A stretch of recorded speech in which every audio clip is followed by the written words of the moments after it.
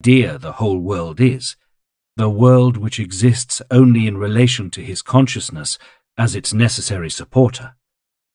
Everyone is thus himself in a double aspect, the whole world, the microcosm, finds both sides whole and complete in himself, and what he thus recognizes as his own real being also exhausts the being of the whole world, the macrocosm.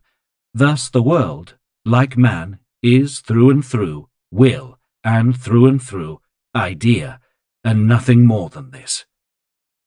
So we see the philosophy of Thales, which concerned the macrocosm, unite at this point with that of Socrates, which dealt with the microcosm, for the object of both is found to be the same. But all the knowledge that has been communicated in the first two books will gain greater completeness and consequently greater certainty from the two following books, in which I hope that several questions that have more or less distinctly arisen in the course of our work will also be sufficiently answered.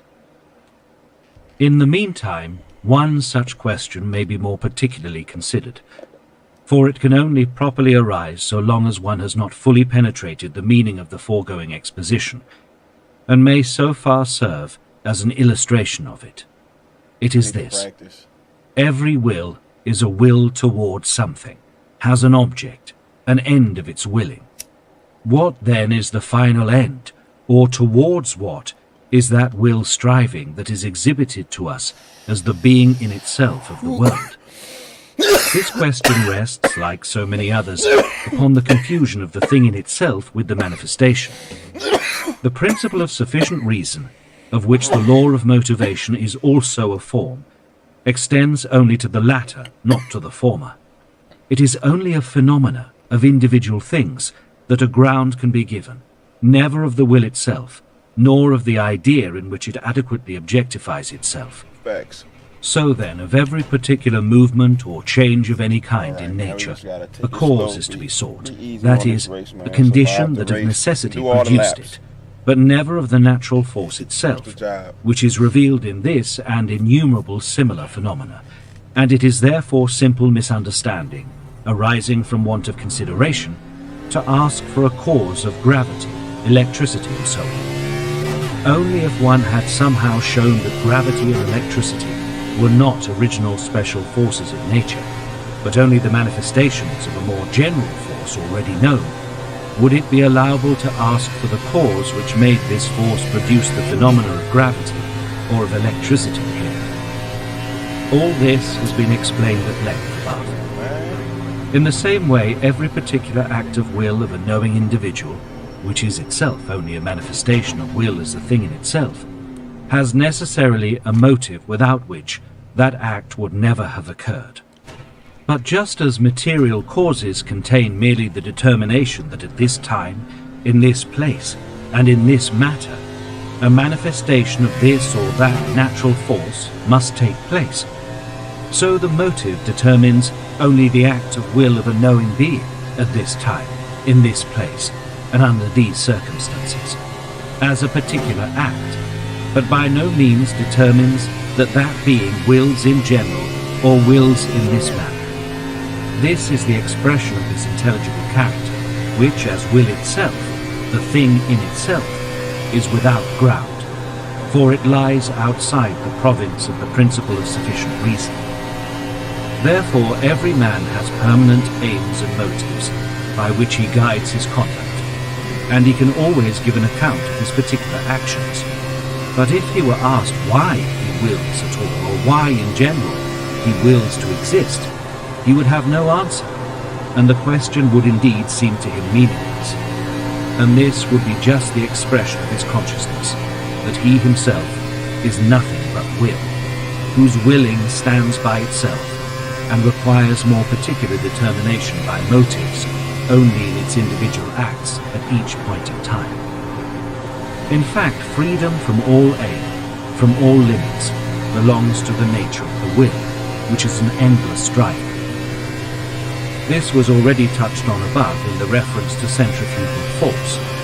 It also discloses itself in its simplest form, in the lowest grade of the objectification of will, in gravitation, which we see constantly exerting itself, though a final goal is obviously impossible for it. For if, according to its will, all existing matter were collected in one mass, yet within this mass gravity, ever striving towards the center, would still wage war with impenetrability as rigidity or elasticity. The tendency of matter can therefore only be confined, never completed or appeased. But this is precisely the case with all tendencies of all phenomena of will. Every attained end is also the beginning of a new course, and so on ad infinitum. The plant raises its manifestation from the seed through the stem and the leaf to the blossom and the fruit, which again is the beginning of a new seed, a new individual that runs through the old course, and so on through endless time. Such also is the life of the animal. Procreation is its highest point, and after attaining to it, the life of the first individual quickly or slowly sinks, while a new life ensures to nature the endurance of the species and repeats the same phenomenon. Indeed, the constant renewal of the matter of every organism is also to be regarded as merely the manifestation of this continual pressure and change, and physiologists are now ceasing to hold that it is the necessary reparation of the matter wasted in motion, for the possible wearing out of the machine can by no means be equivalent to the support it is constantly receiving through nourishment.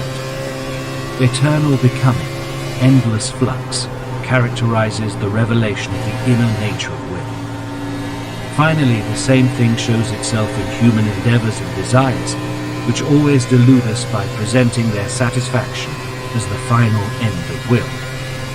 As soon as we attain to them, they no longer appear the same, and therefore they soon grow stale, are forgotten, and though not openly disowned, are yet always thrown aside as vanished illusions.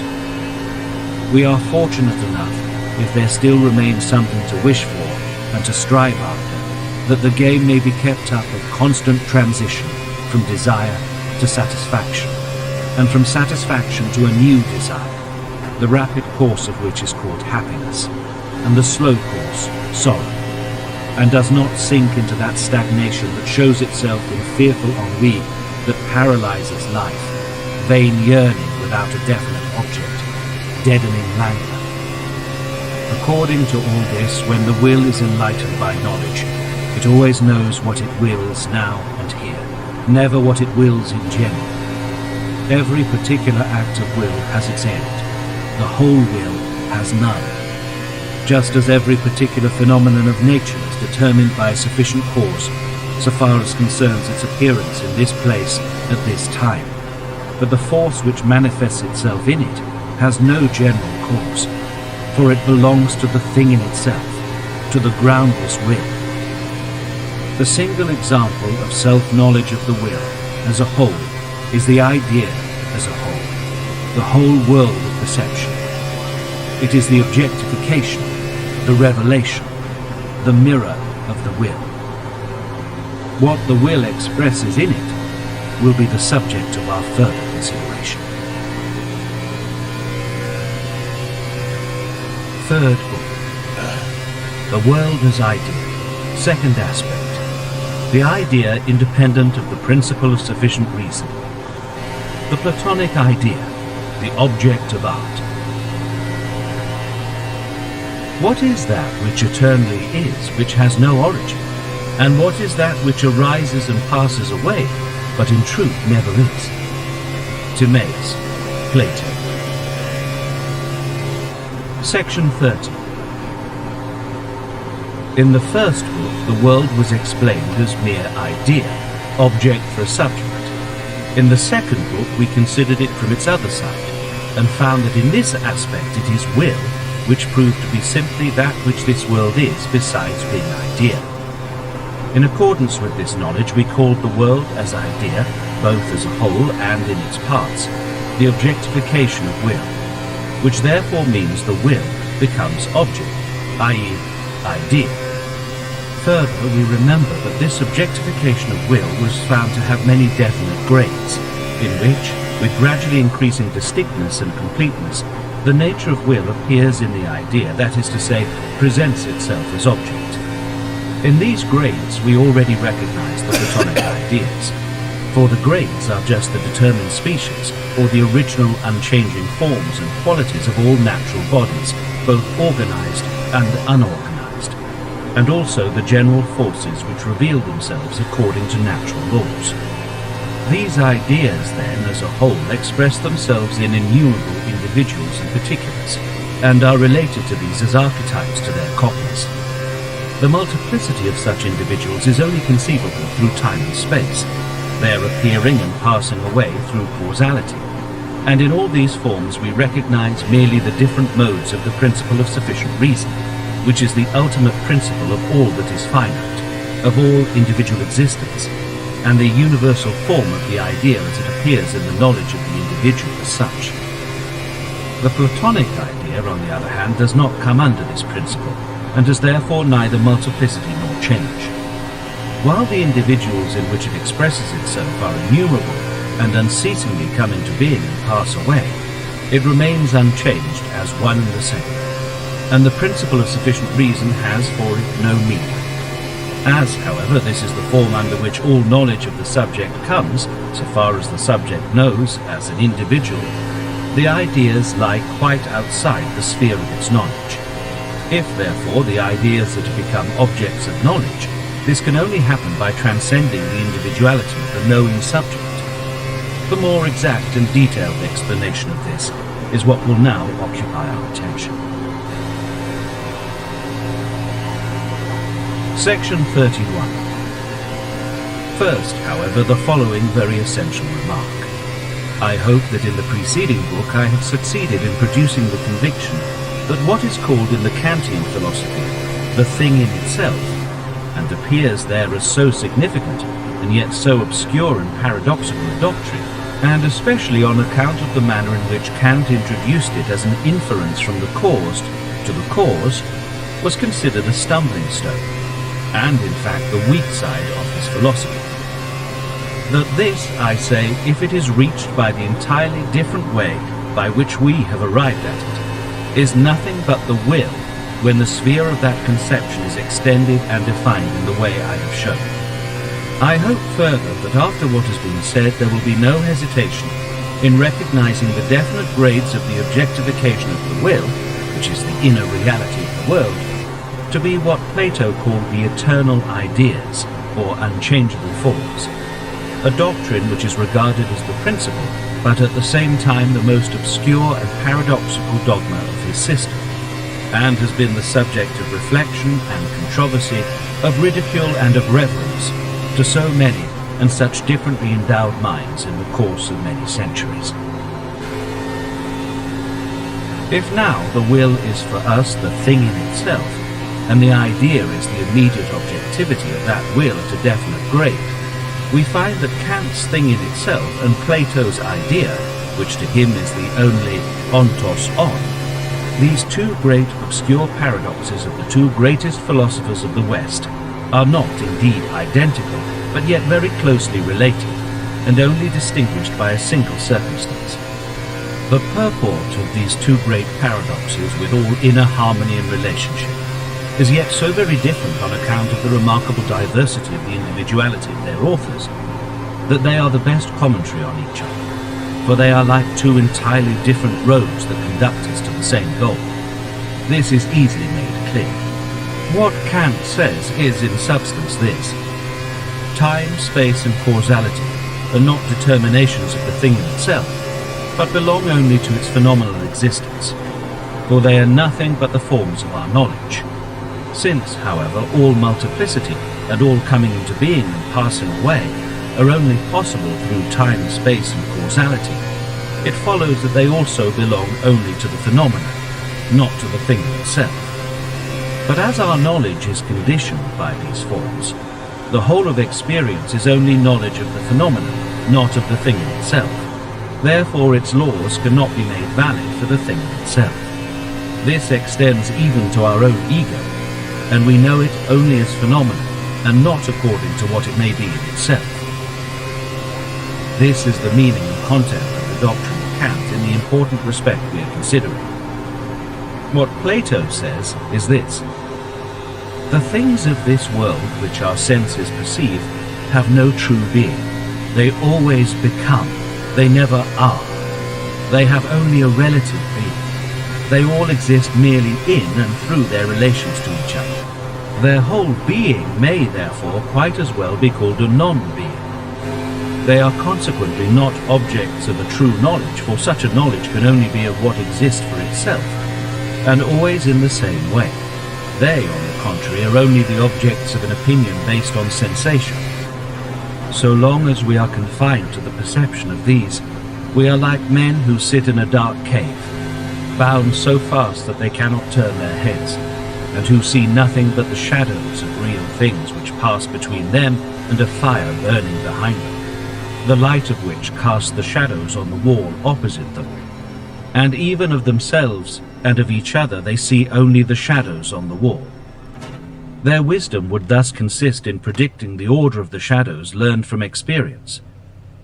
The real archetypes, on the other hand, to which these shadows correspond, the eternal ideas, the original forms of all things, can alone be said to have true being, because they always are but never become nor pass away. To them belongs no multiplicity, for each of them is, according to its nature, only one, for it is the archetype itself of which all particular transitory things of the same kind which are named after it are copies or shadows. They have also no coming into being nor passing away, for they are truly being, never becoming nor vanishing like their fleeting shadows. It is necessarily presupposed, however, in these two negative definitions, that time, space, and causality have no significance or validity for these ideas, and that they do not exist in them. Of these only can there be true knowledge, for the object of such knowledge can only be that which always, and in every respect, thus in itself, is not that which is, and again is not, according as we look at it. This is Plato's doctrine. It is clear and requires no further proof that the inner meaning of both doctrines is entirely the same, that both explain the visible world as a manifestation, which in itself is nothing, and which only has meaning and a borrowed reality through that which expresses itself in it. In the one case, the thing in itself, in the other, the idea.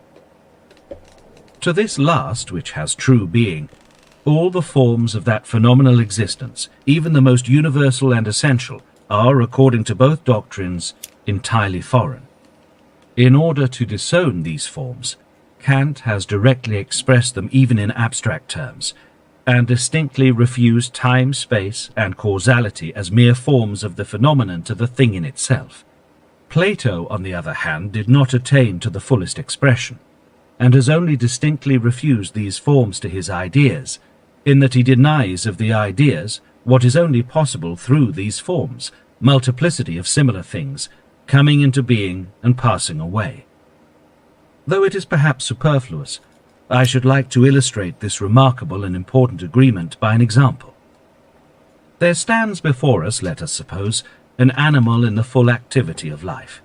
Plato would say, "This animal has no true existence, but merely an apparent existence, a constant becoming, a relative existence which may just as well be called non-being as being.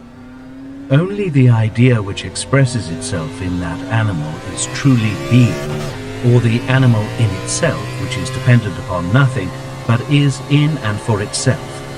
It has not become, it will not end, but always is in the same way. If now we recognize its idea in this animal, it is all one and of no importance whether we have this animal now before us or its progenitor of 1,000 years ago, whether it is here or in a distant land, whether it presents itself in this or that manner, position, or action, whether, lastly, it is this or any other individual of the same species. All this is nothing, and only concerns the phenomenon. The idea of the animal alone has true being, and is the object of real knowledge."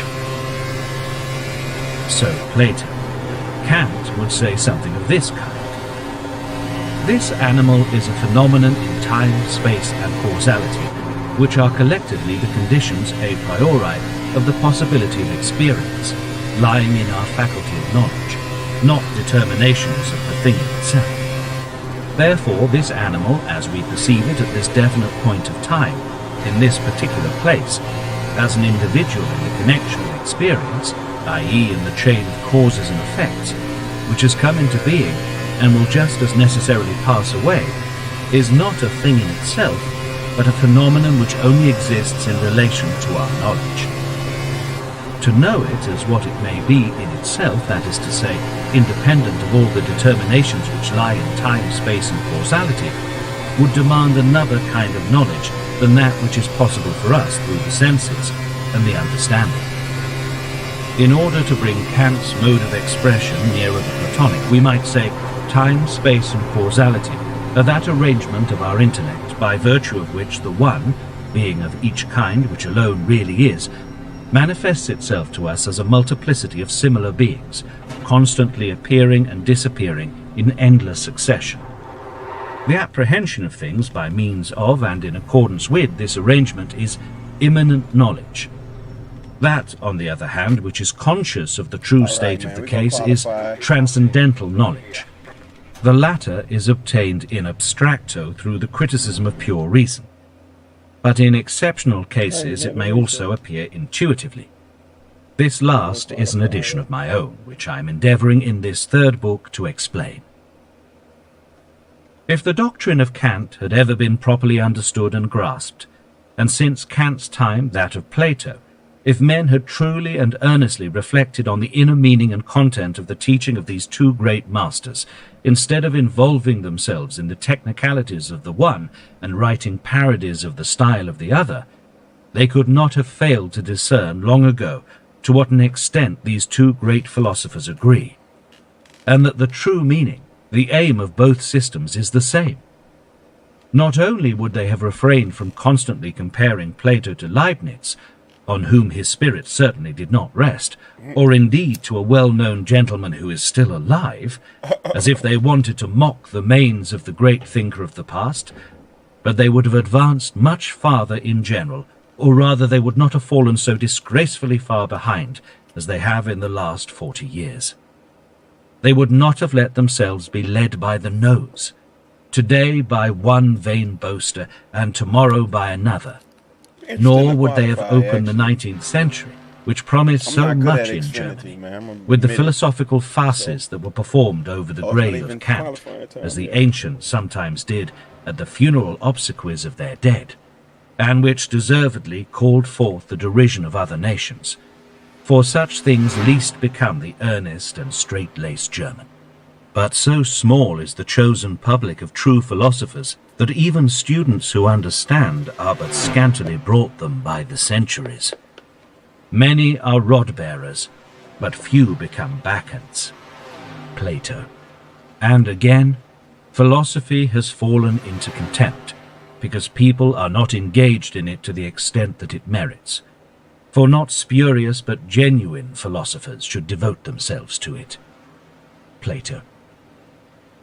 Men followed the words, such words as a priori ideas, forms of perception and thought existing in consciousness independently of experience, fundamental conceptions of the pure understanding, etc., etc., and asked whether Plato's ideas, which were also original conceptions, and besides this were supposed to be reminiscences of a perception before life of the truly real things, were in some way the same as Kant's forms of perception and thought, which lie a priori in our consciousness. Interesting question.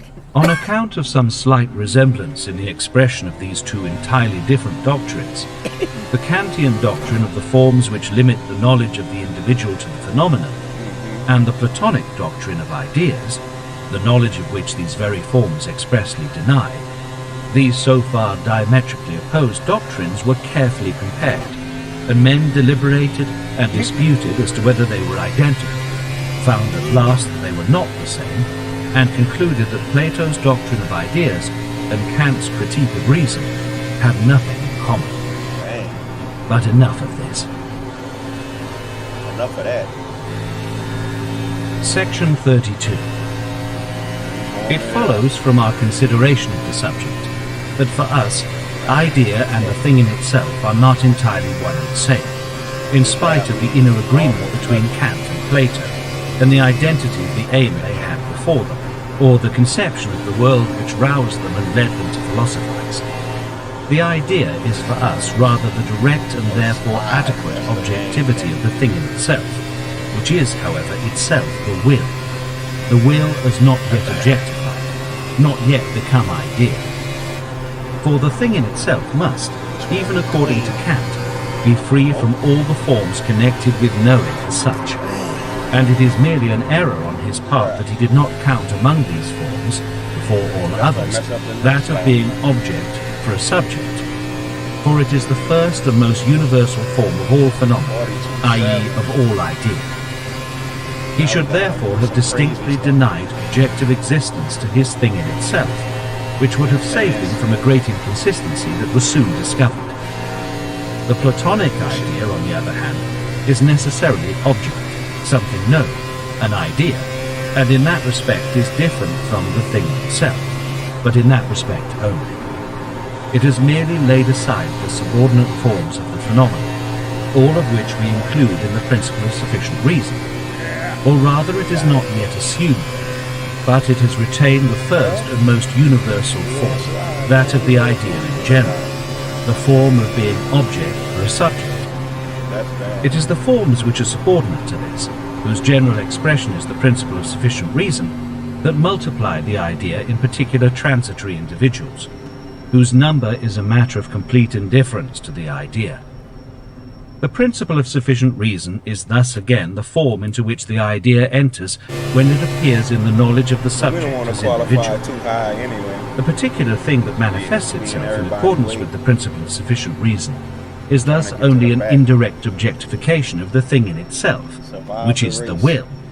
For between it and the thing in itself stands the idea as the only direct objectivity of the will, because it has assumed none of the special forms of knowledge as such, except that of the idea in general, i.e. the form of being object for a subject. Therefore it alone is the most adequate objectivity of the will or thing in itself which is possible. Indeed, it is the whole thing in itself, only under the form of the idea. And for principle of sufficient reason, that Section 32. It follows from our consideration of the subject that for us, idea and the thing in itself are not entirely one and the same, in spite of the inner agreement between Kant and Plato, and the identity of the aim they had before them, or the conception of the world which roused them and led them to philosophize. The idea is for us rather the direct and therefore adequate objectivity of the thing in itself, which is, however, itself the will. The will is not yet objectified, not yet become idea. For the thing in itself must, even according to Kant, be free from all the forms connected with knowing as such, and it is merely an error on his part that he did not count among these forms, before all others, that of being object for a subject. For it is the first and most universal form of all phenomena, i.e. of all idea.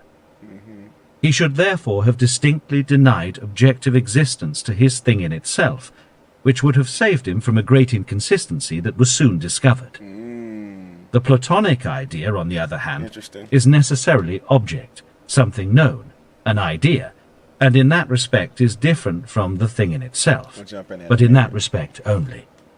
It has merely laid aside the subordinate forms of the phenomenon, all of which we include in the principle of sufficient reason, or rather it is not yet assumed them, but it has retained the first and most universal form, that of the idea in general, the form of being object for a subject.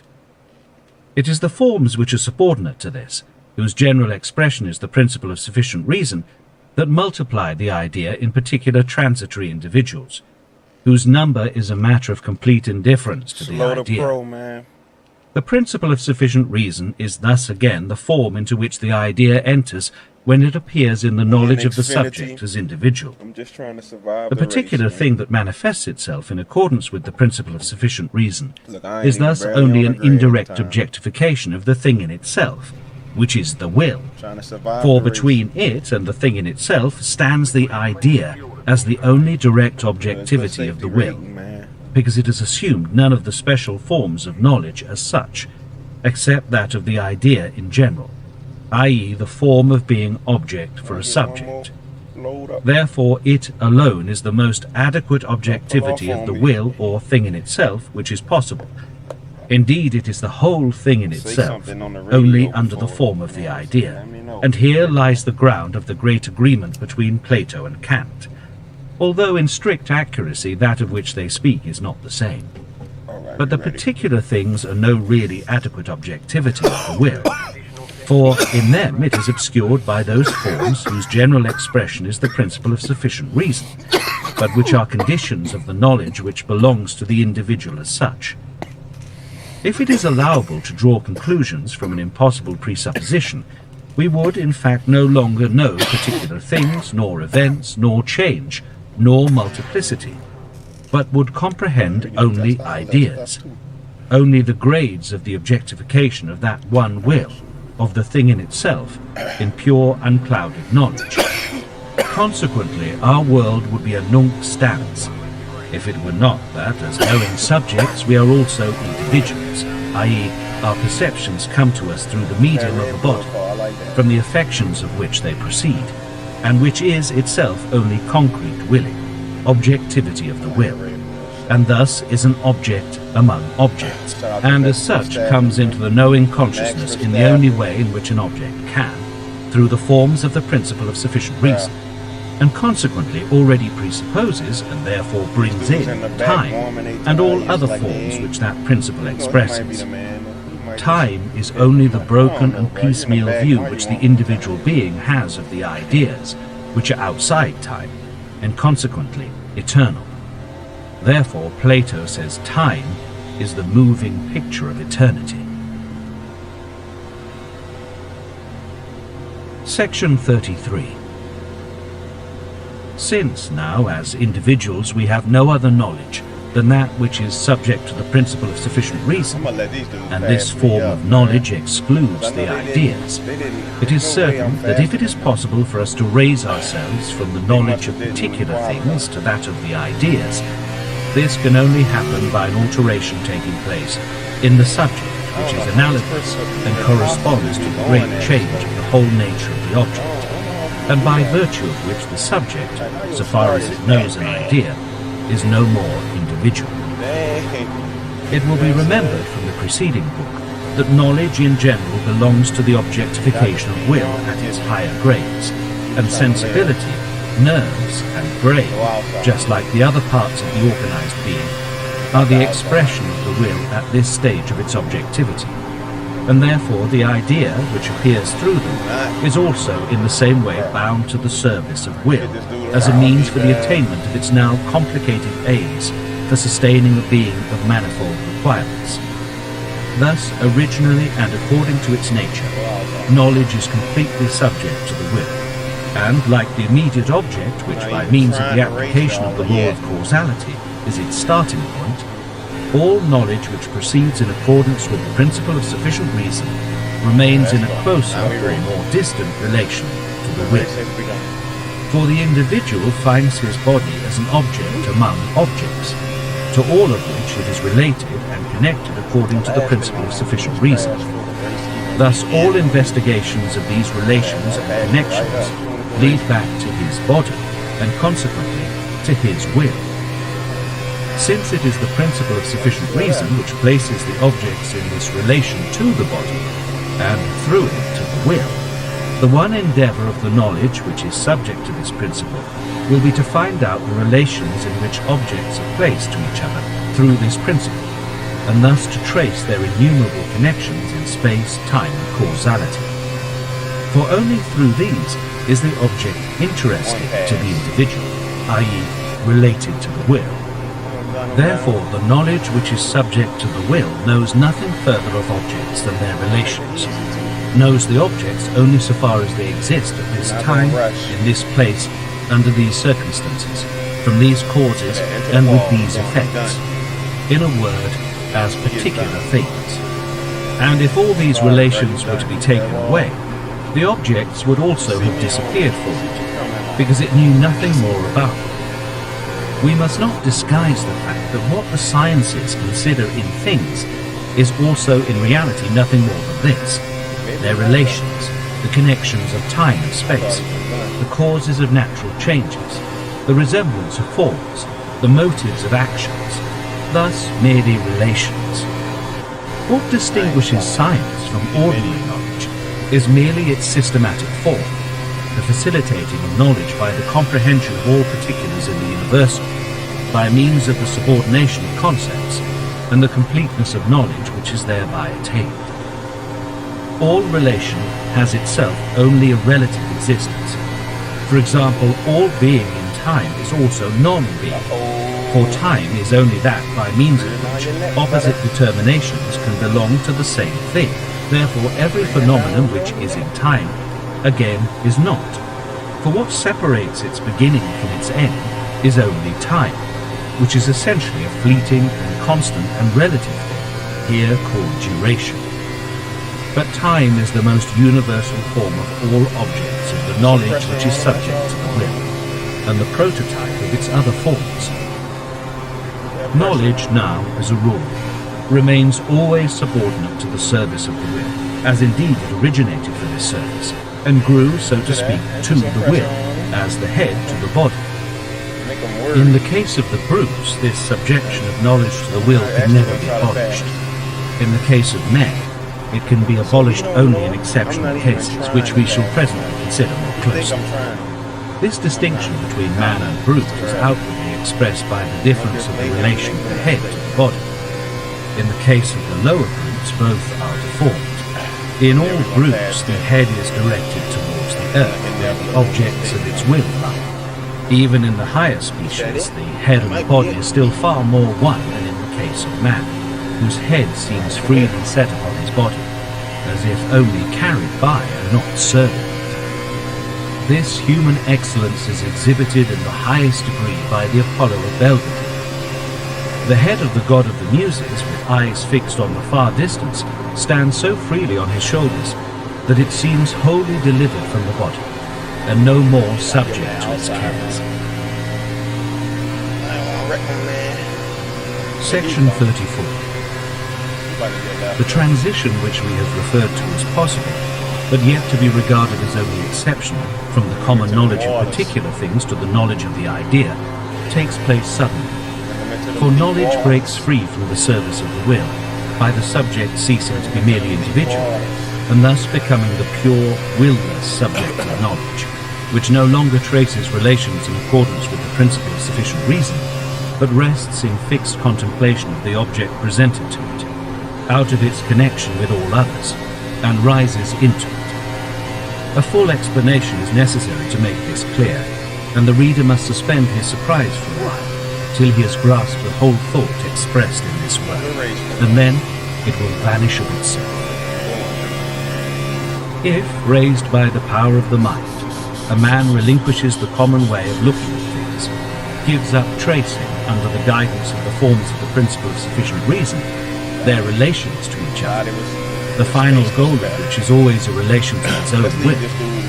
If he thus ceases to consider the where, the when, the why, and the whither of things, and looks simply and solely at the what, if further he does not allow abstract thought, the concepts of the reason, to take possession of his consciousness, but instead of all this gives the whole power of his mind to perception, sinks himself entirely in this, and lets his whole consciousness be filled with the quiet contemplation of the natural object actually present, whether a landscape, a tree, a mountain, a building, or whatever it may be, inasmuch as he loses himself in this object, to use a pregnant German idiom, i.e., forgets even his individuality, his will, and only continues to exist as the pure subject, the clear mirror of the object, so that it is as if the object alone were there, without anyone to perceive it, and he can no longer separate the perceiver from the perception, but both have become one,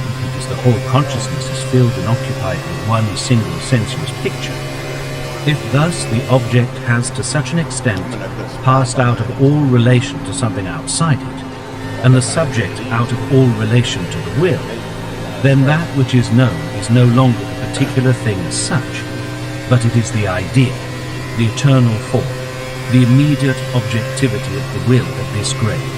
And therefore he who is sunk in this perception is no longer individual, for in such perception the individual has lost himself, but he is pure, will-less, painless, timeless subject of knowledge. This, which in itself is so remarkable, which I well know confirms the saying that originated with Thomas Paine, from the sublime to the ridiculous is but a step, will by degrees become clearer and less surprising for what follows. It was this that was running in Spinoza's mind when he wrote, "The mind is eternal insofar as it conceives things from the standpoint of eternity," from Ethics 5. In such contemplation, a particular thing becomes at once the idea of its species, and the perceiving individual becomes pure subject of knowledge. The individual as such knows only particular things. The pure subject of knowledge knows only ideas. For the individual is the subject of knowledge in its relation to a definite particular manifestation of will, and in subjection to this. This particular manifestation of will is, as such, subordinated to the principle of sufficient reason in all its forms. Therefore, all knowledge which relates itself to it also follows the principle of sufficient reason, and no other kind of knowledge is fitted to be of use to the will but this, which always consists merely of relations to the object. The knowing individual as such, and the particular things known by him, are always in some place at some time, and are links in the chain of causes and effects. The pure subject of knowledge and his correlative, the idea, have passed out of all these forms of the principle of sufficient reason.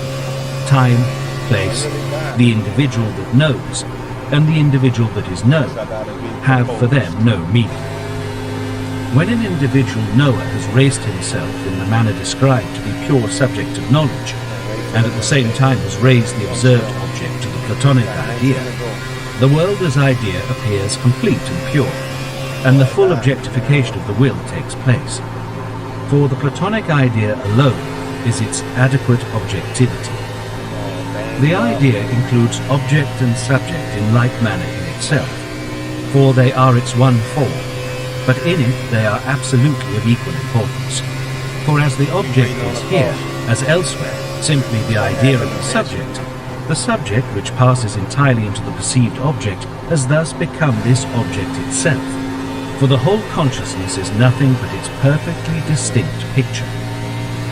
Now this consciousness constitutes the whole world as idea, for one imagines the whole of the Platonic ideas, or grades of the objectivity of will, in their series passing through it. The particular things of all time and space are nothing but ideas multiplied through the principle of sufficient reason, the form of the knowledge of the individual as such, and thus obscured as regards their pure objectivity. When the Platonic idea appears, in it subject and object are no longer to be distinguished.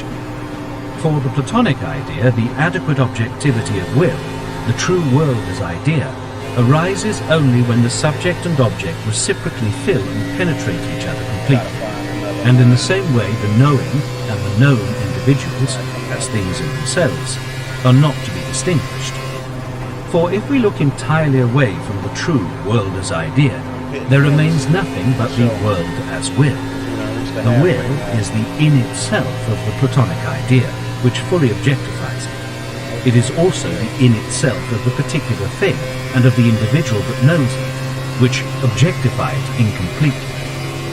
As will, outside the idea and all its forms, it is one and the same in the object contemplated and in the individual, who soars aloft in this contemplation and becomes conscious of himself as pure subject. These two are, therefore, in themselves not different, for in themselves they are will, which here knows itself, and multiplicity and difference exist only as the way in which this knowledge comes to the will, i.e. only in the phenomenon, on account of its form, the principle of sufficient reason. Now, the known thing, without me as the subject of knowledge, is just as little an object, and not mere will, blind effort, as without the object, without the idea, I am a knowing subject and not mere blind will. This will is in itself, i.e., outside the idea, one and the same with mine. Only in the world as idea, whose form is always at least that of subject and object, we are separated as the known and the knowing individual. As soon as knowledge, the world as idea, is abolished, there remains nothing but mere will, blind effort. That it should receive objectivity, become idea, supposes at once both subject and object. But that this should be pure, complete, and adequate objectivity of the will, supposes the object as Platonic idea, free from the forms of the principle of sufficient reason, and the subject as the pure subject of knowledge, free from individuality and subjection to the will. Whoever now has, after the manner referred to, become so absorbed and lost in the perception of nature that he only continues to exist as the pure knowing subject, becomes in this way directly conscious that as such he is the condition, that is, the supporter of the world and all objective existence. For this now shows itself as dependent upon his existence. Thus he draws nature into himself, so that he sees it to be merely an accident of his own being. In this sense, Byron says in Childe Harold, "Are not the mountains, waves, and skies a part of me and of my soul, as I of them?" But how shall he who feels this regard himself as absolutely transitory, in contrast to imperishable nature? Such a man will rather be filled with the consciousness which the Upanishad of the Veda expresses. I am all this creation collectively, and besides me, there exists no other being. Section 35. In order to gain a deeper insight into the nature of the world, it is absolutely necessary that we should learn to distinguish the will as thing in itself from its adequate objectivity, and also the different grades in which this appears more and more distinctly and fully, i.e. the ideas themselves, from the merely phenomenal existence of these ideas in the forms of the principle of sufficient reason, the restricted method of knowledge of the individual. We shall then agree with Plato when he attributes actual being only to the ideas, and allows only an elusive, dreamlike existence to things in space and time, the real world for the individual. Then we shall understand how one and the same idea reveals itself in so many phenomena, and presents its nature only bit by bit to the individual, one side after another. Then we shall also distinguish the idea itself from the way in which its manifestation appears in the observation of the individual, and recognize the former as essential and the latter as unessential. Let us consider this with the help of examples taken from the most insignificant things, and also from the greatest. When the clouds move, the figures which they form are not essential, but indifferent to them, but that as elastic vapor they are pressed together, drifted along, spread out or torn asunder by the force of the wind. This is their nature, the essence of the forces which objectify themselves in the idea. Their actual forms are only for the individual observer. To the brook that flows over stones, the eddies, the waves, the foam flakes which it forms are indifferent and unessential. But that it follows the attraction of gravity and behaves as inelastic, perfectly mobile, formless, transparent fluid, this is its nature. This, if known through perception, is its idea. These accidental forms are only for us so long as we know as individuals. The ice on the window pane forms itself into crystals according to the laws of crystallization, which reveal the essence of the force of nature that appears here, exhibit the idea. That the trees and flowers which it traces on the pane are unessential, and are only there for us. What appears in the clouds, the brook, and the crystal is the weakest echo of that will which appears more fully in the plant, more fully still in the beast, and most fully in man. But only the essential in all these grades of its objectification constitutes the idea. On the other hand, its unfolding or development, because broken up in the forms of the principle of sufficient reason into a multiplicity of many-sided phenomena, is unessential to the idea, lies merely in the kind of knowledge that belongs to the individual and has reality only for this.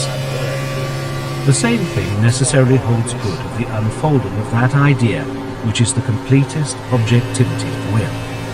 Therefore, the history of the human race, the throng of events, the change of times, the multifarious forms of human life in different lands and countries, all this is only the accidental form of the manifestation of the idea, does not belong to the idea itself, in which alone lies the adequate objectivity of the will, but only to the phenomenon which appears in the knowledge of the individual, and is just as foreign, unessential, and indifferent to the idea itself as the figures which they assume are to the clouds the form of its eddies, and foam flakes to the brook, or its trees and flowers to the ice.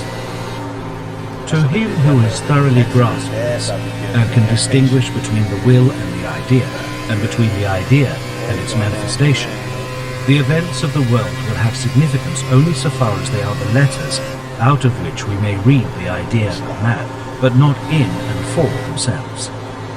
He will not believe with the vulgar that time may produce something actually new and significant, that through it or in it something absolutely real may attain to existence, or indeed that it itself as a whole has beginning and end, plan and development, and in some way has for its final aim the highest perfection, according to their conception, of the last generation of man, whose life is a brief 30 years.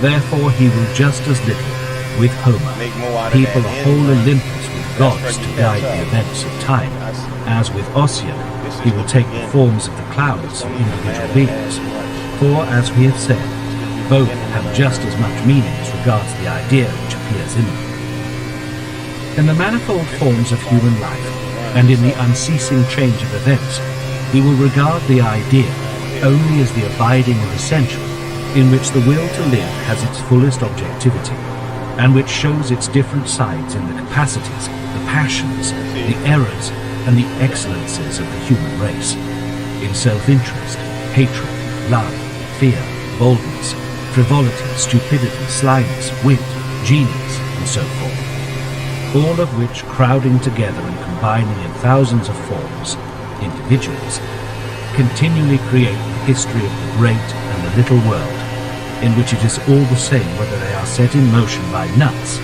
or by crowds. Finally, he will find that in the world it is the same as in the drums of Gotze, in all of which the same persons appear with like intention and with a like fate.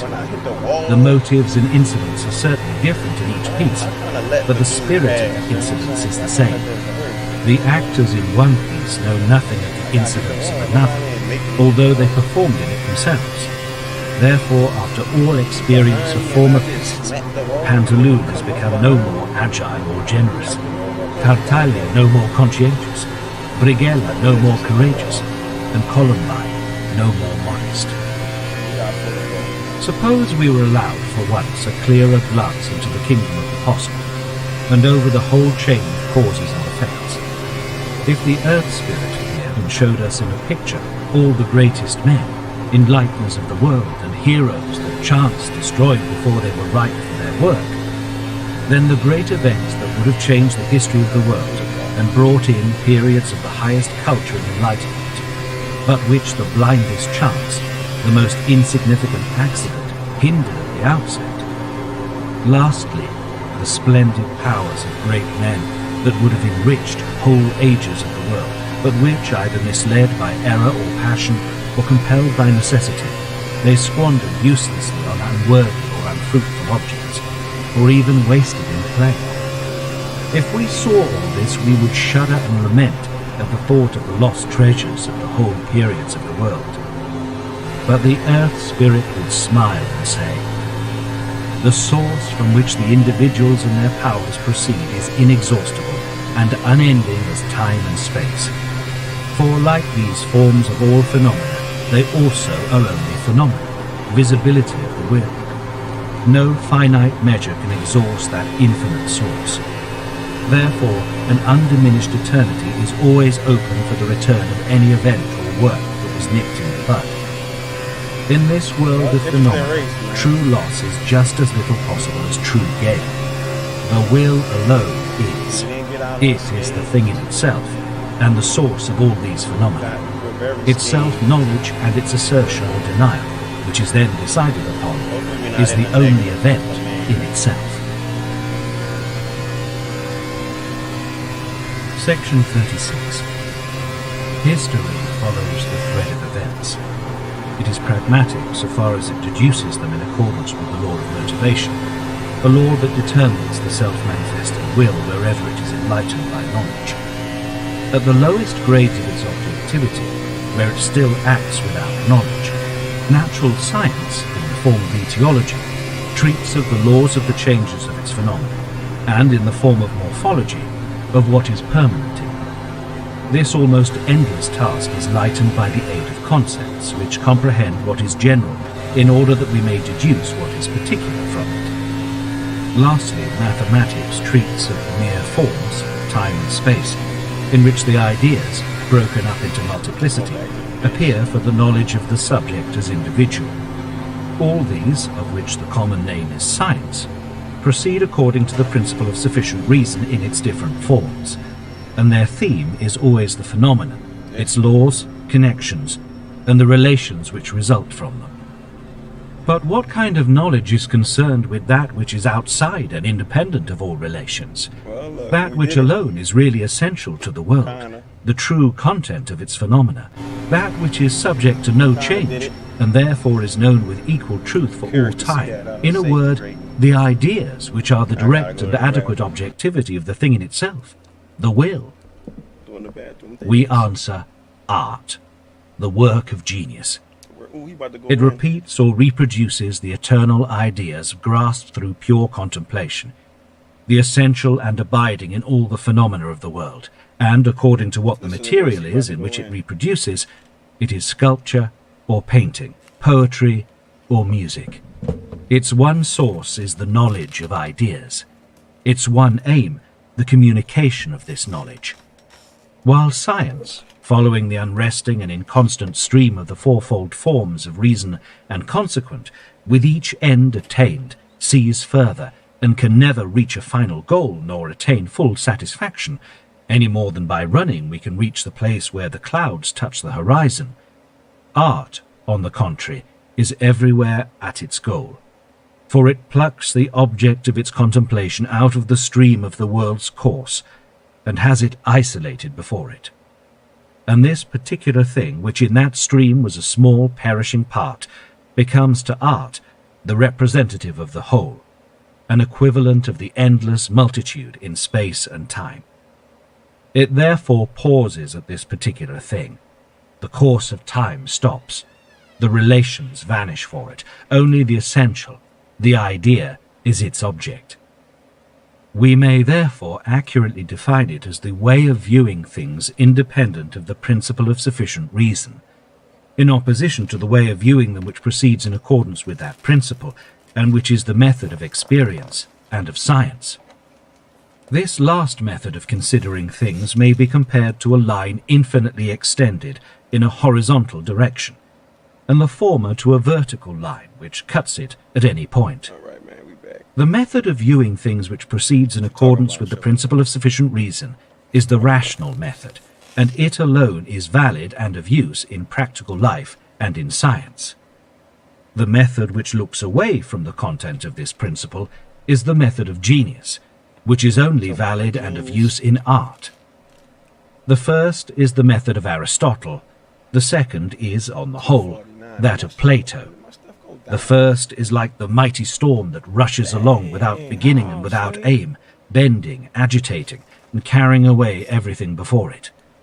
The second is like the silent sunbeam that pierces through the storm quite unaffected by it. The first is like the innumerable showering drops of the waterfall, which, constantly changing, never rest for an instant. The second is like the rainbow, quietly resting on this raging torrent. Only through the pure contemplation described above, which ends entirely in the object, can ideas be comprehended. and the nature of genius consists in preeminent capacity for such contemplation. Now, as this requires that a man should entirely forget himself and the relations in which he stands, genius is simply the completest objectivity, i.e. the objective tendency of the mind as opposed to the subjective, which is directed to one's own self. In other words, to the will. Thus, genius is the faculty of continuing in the state of pure perception, of losing oneself in perception, and of enlisting in this service the knowledge which originally existed only for the service of the will. That is to say, genius is the power of leaving one's own interests, wishes, and aims entirely out of sight. Thus, of entirely renouncing one's own personality for a time, so as to remain pure knowing subject, clear vision of the world. And this not merely at moments, but for a sufficient length of time, and with sufficient consciousness to enable one to reproduce by deliberate art what has thus been apprehended, and to fix in lasting thoughts the wavering images that float before the mind. It is as if, when genius appears in an individual, a far larger measure of the power of knowledge falls to his lot than is necessary for the service of an individual will. And this superfluity of knowledge, being free, now becomes subject purified from will, a clear mirror of the inner nature of the world. This explains the activity, amounting even to disquietude, of men of genius, for the present can seldom satisfy them, because it does not fill their consciousness.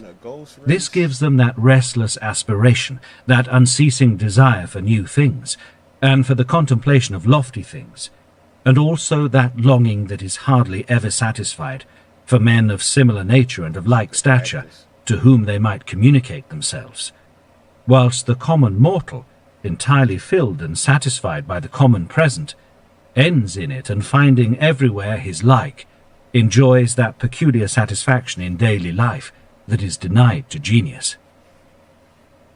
Imagination has rightly been recognized as an essential element of genius. It has sometimes even been regarded as identical with it. But this is a mistake.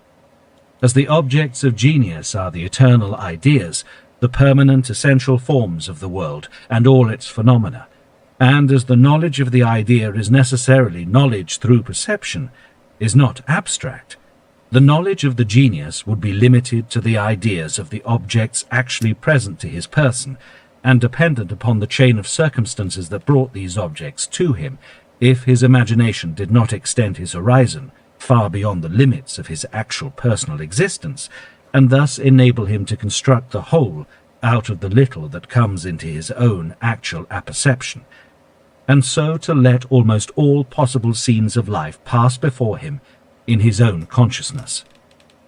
Further, the actual objects are almost always very imperfect copies of the ideas expressed in them. Therefore, the man of genius requires imagination in order to see in things not that which nature has actually made, but that which she endeavored to make, yet could not because of that conflict of her forms among themselves which we refer to in the last book. We shall return to this farther on in treating of sculpture. The imagination then extends the intellectual horizon of the man of genius beyond the objects which actually present themselves to him, both as regards quality and quantity. Therefore, extraordinary strength of imagination accompanies, and is indeed a necessary condition of genius. But the converse does not hold, for strength of imagination does not indicate genius. On the contrary, men who have no touch of genius may have much imagination. For as it is possible to consider a real object in two opposite ways, purely objectively, the way of genius grasping its idea, or in the common way, merely in the relations in which it stands to other objects and to one's own will, in accordance with the principle of sufficient reason, it is also possible to perceive an imaginary object in both of these ways. Regarded in the first way, it is a means to the knowledge of the idea, the communication of which is the work of art. In the second case, the imaginary object is used to build castles in the air, congenial to egotism and the individual humour, and which for the moment delude and gratify. Thus only the relations of the fantasies so linked together are known. The man who indulges in such an amusement is a dream, he will easily mingle those fancies that delight his solitude with reality, and so unfit himself for real life. Perhaps he will write them down, and then we shall have the ordinary novel of every description, which entertains those who are like him and the public at large, for the readers imagine themselves in the place of the hero, and then find the story very agreeable. The common mortal, that manufacture of nature which he produces by the thousand every day, is, as we have said, not capable, at least not continuously so, of observation that in every sense is wholly disinterested, as sensuous contemplation, strictly so called, is. He can turn his attention to things only so far as they have some relation to his will, however indirect it may be. Since in this respect, which never demands anything but the knowledge of relations, the abstract conception of the thing is sufficient, and for the most part even better adapted for use. The ordinary man does not linger long over mere perception, does not fix his attention long on one object, but in all that is presented to him, hastily seeks merely the concept under which it is to be brought, as the lazy man seeks a chair, and then it interests him no further. This is why he is so soon done with everything, with works of art, objects of natural beauty, and indeed everywhere with the truly significant contemplation of all the scenes of life. He does not linger, only seeks to know his own way in life, together with all that might at any time become his way. Thus he makes topographical notes in the widest sense. Over the consideration of life itself, as such, he wastes no time.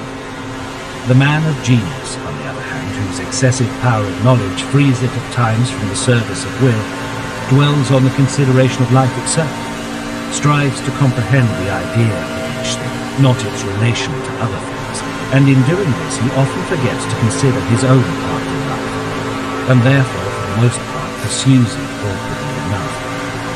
While to the ordinary man his faculty of knowledge is a lamp to lighten his path, to the man of genius it is the sun which reveals the world. This great diversity in their way of looking at life soon becomes visible in the outward appearance both of the man of genius and of the ordinary mortal. The man in whom genius lives and works is easily distinguished by his glance, which is both keen and steady, and bears the stamp of perception, of contemplation. This is easily seen from the likenesses of the few men of genius whom nature has produced here and there, among countless millions. On the other hand, in the case of an ordinary man, the true object of his contemplation, what he is prying into, can be easily seen from his glance, if indeed it is not quite stupid and vacant, as is generally the case. Therefore, the expression of genius in the face consists in this, that in it a decided predominance of knowledge over will is visible, and consequently there also shows itself in it a knowledge that is entirely devoid of relation to will, i.e., pure knowing. On the contrary, in ordinary countenances there is a predominant expression of will, and we see that knowledge only comes into activity under the impulse of will, and thus is directed merely by motives. Since the knowledge that pertains to genius, or knowledge of ideas, is that knowledge which does not follow the principle of sufficient reason, so, on the other hand, the knowledge which does follow that principle is that which gives us prudence and rationality, and which creates the sciences. Thus men of genius are affected with the deficiencies entailed in the neglect of this latter kind of knowledge. Yet what I say in this regard is subject to the limitation that it only concerns them insofar as and while they are actually engaged in that kind of knowledge which is peculiar to genius. And this is by no means at every moment of their lives, for the great though spontaneous exertion which is demanded for the comprehension of ideas freed from will must necessarily relax, and there are long intervals during which men of genius are placed in very much the same position as ordinary mortals, both as regards advantages and deficiencies. On this account, the action of genius has always been regarded as an inspiration, as indeed the name indicates, as the action of a superhuman being distinct from the individual himself, and which takes possession of him only periodically. The disinclination of men of genius to direct their attention to the content of the principle of sufficient reason will first show itself, with regard to the ground of being, as dislike of mathematics. For its procedure is based upon the most universal forms of the phenomenon of space and time, which are themselves merely modes of the principle of sufficient reason, and is consequently precisely the opposite of that method of thought which seeks merely the content of the phenomenon, the idea which expresses itself in it apart from all relations. The logical method of mathematics is also antagonistic to genius, for it does not satisfy but obstructs true insight, and presents merely a chain of conclusions in accordance with the principle of the ground of knowing. The mental faculty upon which it makes the greatest claim is memory, for it is necessary to recollect all the earlier propositions which are referred to. Experience has also proved that men of great artistic genius have no faculty for mathematics.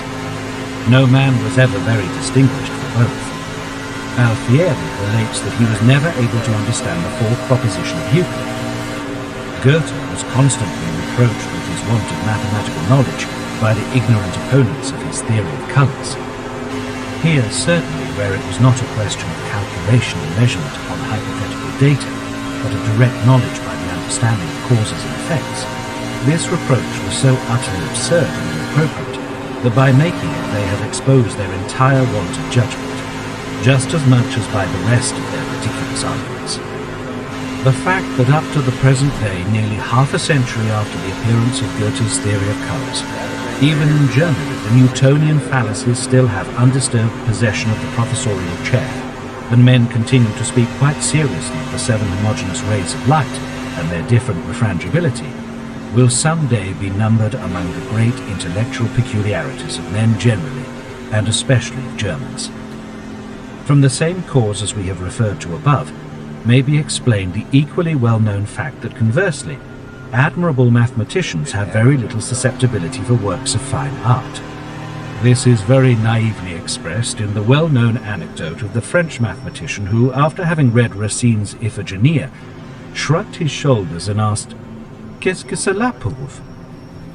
Further, as quick comprehension of relations in accordance with the laws of causality and motivation is what specially constitutes prudence or sagacity, a prudent man, so far as and while he is so, will not be a genius, and a man of genius, so far as and while he is so, will not be a prudent man. Lastly, perceptive knowledge generally, in the province of which the idea always lies, is directly opposed to rational or abstract knowledge which is guided by the principle of the ground of knowing. It is also well known that we seldom find great genius united with preeminent reasonableness. On the contrary, persons of genius are often subject to violent emotions and irrational passions. But the ground of this is not weakness of reason, but partly unwonted energy of that whole phenomenon of will, the man of genius, which expresses itself through the violence of all his acts of will, and partly preponderance of the knowledge of perception through the senses and understanding over abstract knowledge, producing a decided tendency to the